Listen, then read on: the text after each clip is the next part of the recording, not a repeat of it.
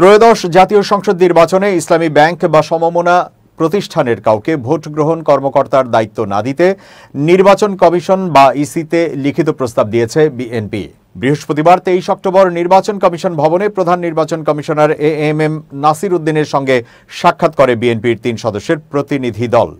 জানা গেছে 36 দফার একটি প্রস্তাবনা প্রধান নির্বাচন কমিশনার এএমএম নাসির উদ্দিনের কাছে দিয়েছে দলটি।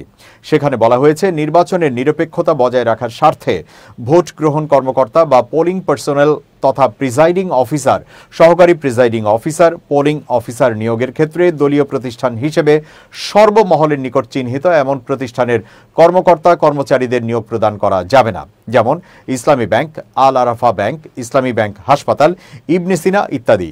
উল্লেখ্য যে ইতোমধ্যে ইসলামী ব্যাংক তাদের প্রায় 5,000 কর্মকর্তা কর্মচারীর নিয়োগ বাতিল করেছে এবং এসব শূন্য পদে তড়িঘড়ি করে দলীয় লোকজন নিয়োগের ব্যবস্থা গ্রহণ করা হয়েছে মর্মে জনশ্রুতি রয়েছে। বিএনপির স্থায়ী কমিটির সদস্য ডক্টর আব্দুল মঈন খানের নেতৃত্বে একটি প্রতিনিধি দল সিইসির কাছে এসব প্রস্তাব তুলে ধরেন। এ বিষয়ে জানতে চাইলে তিনি বলেন, আমরা কোনো প্রস্তাব দিইনি।